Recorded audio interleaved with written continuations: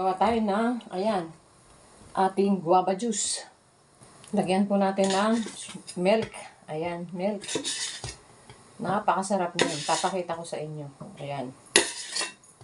Ayan, 4 na malalaking kutsara.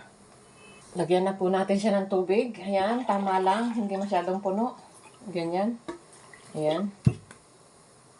At ayan po, narin na ang ating blender. Ayan.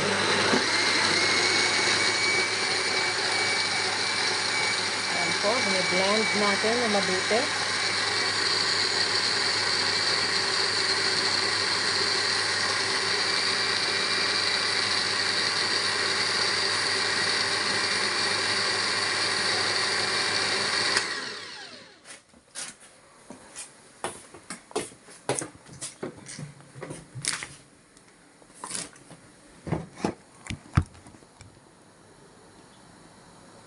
At i-ready na po natin ang ating ato.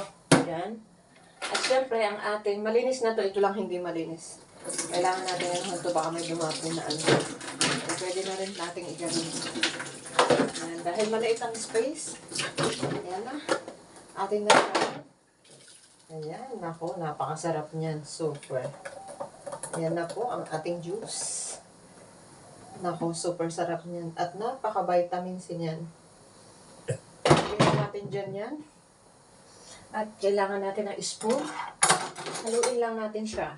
Ugasan natin ang ating panghalo. Ayan po. Tingnan nyo kung gaano kalapot siya. No? Ayan. Para maalis ang mga buto-buto. Yan po ay vitamin C. Napakaganda sa ating katawan. At ang daming buto niya.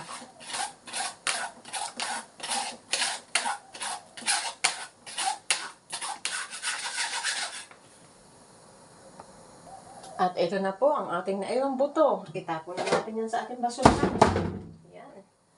At yan ay ating ng patuluan. At ating ng sistensya ng ating napakasarap at napakalapot na guava juice. At ayan po, ang binina natin na isang tray po yan eh. Ayan o. Yung pong nilagay kong bayabas ginawa is, ano po yun, overripe yan. Ito naman yung kakainin ko every morning. Nahiwalay, hindi siya juice.